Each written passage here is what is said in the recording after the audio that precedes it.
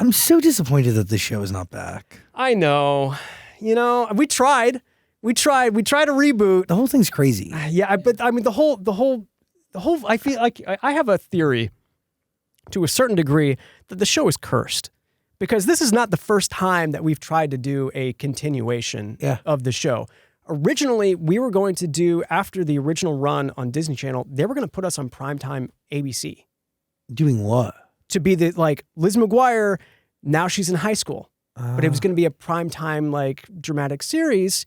And it just never came together. And I guess the consolation prize was the movie, which still pretty good prize. The movie's iconic. Yeah. Yes. Are you upset you didn't get to go to Rome? You know about this. I never got to go to Rome. Yeah. They shot these exteriors for like 2 weeks, and then they filmed everything else in Vancouver, Canada. I'm not upset about it. To this day, I've never been to Rome, but I love Vancouver. Vancouver's awesome. When did you realize that movie is incredibly iconic and would go on to change, I mean, the perception of the entire Lizzie McGuire universe? Because that movie was bigger than the series to a certain degree. To a certain degree, it was huge. Not to discredit the show. The show at one point, I think, was the most watched kids show in the world, which is nuts to think about. So many iconic things from that movie. The music, especially. I mean, you can't go anywhere and say 2 words, "Hey now," without somebody else. This is what dreams are made of. Yeah, exactly. I mean, that lyric is literally people's like profile bio. Yeah. It's crazy. It lives forever. It's like, it's bigger than anything. It's bigger than any one person. It's huge. Yeah. I don't think we ever had any idea when we shot the original series, nor the movie, that it would be as culturally significant as it is today. It's crazy. So what really happened with the scrapped reboot a couple years ago? You know, I think it was a combination of a lot of things. One of it is that, at the time, Disney Plus had not launched yet. They were still figuring out what they wanted Disney Plus to be. And I think at the time they were like, this is going to be family friendly. Hulu's going to be their thing. This is going to be the family friendly. This is going to be Disney through and through.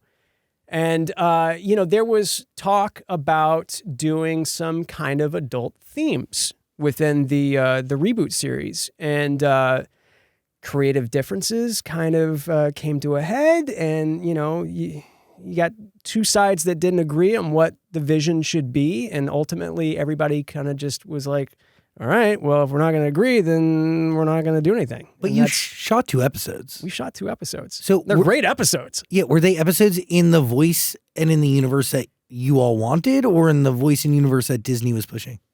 Those first 2 episodes were very much, I think, in maybe a neutral tone or voice, I would say. Because we shot those 2 episodes in... let's see, God, that was late 2019, and the rest of the season had not been written yet. They shot those 2 episodes. We were going to go on a winter break, and they were going to write everything else for the rest of the season after they do a bunch of testing with those first 2 episodes. They really wanted it to be a success and hit everything at the right marks and everything. So, when the testing came out, and then they were like, all right, well, this is what we want to see. The writing team was pretty much in the opposite direction. We were like, well, no, this is kind of what we had intended. This is what we have.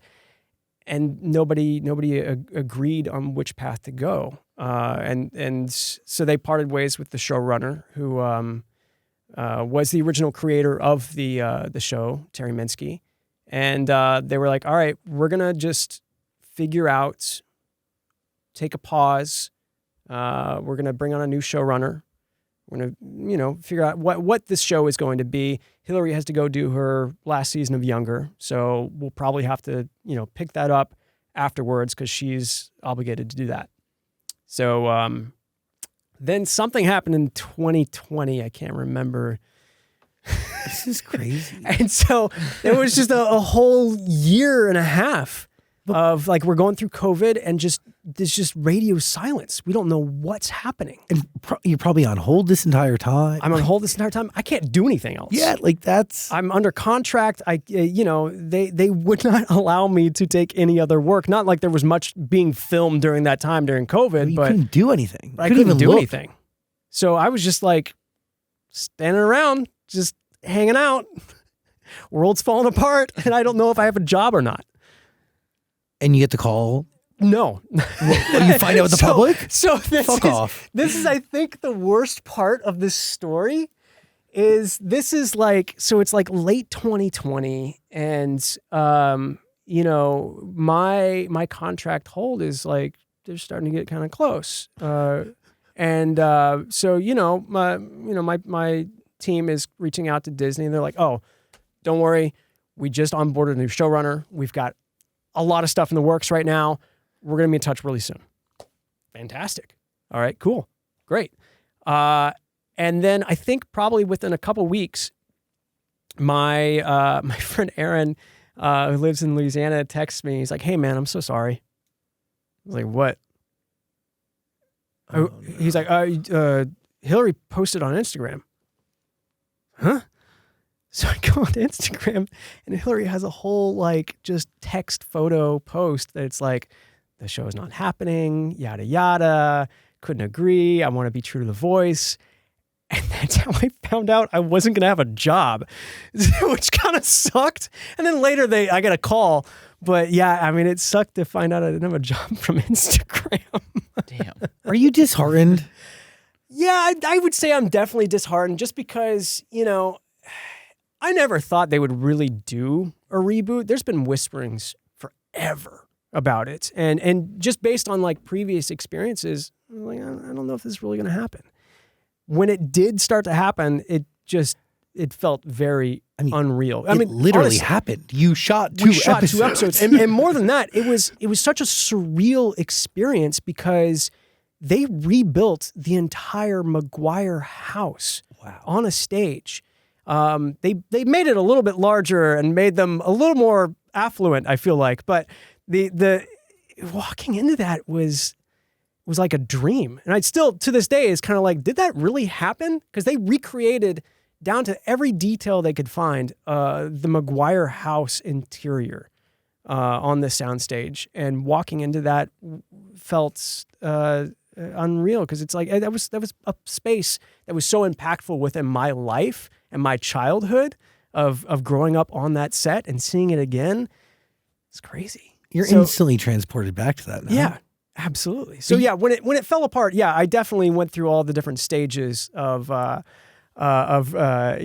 grief, and it is what it is. My response nowadays is just like, that's Hollywood. Because there's so many stories. It's so real. many stories where similar things happen.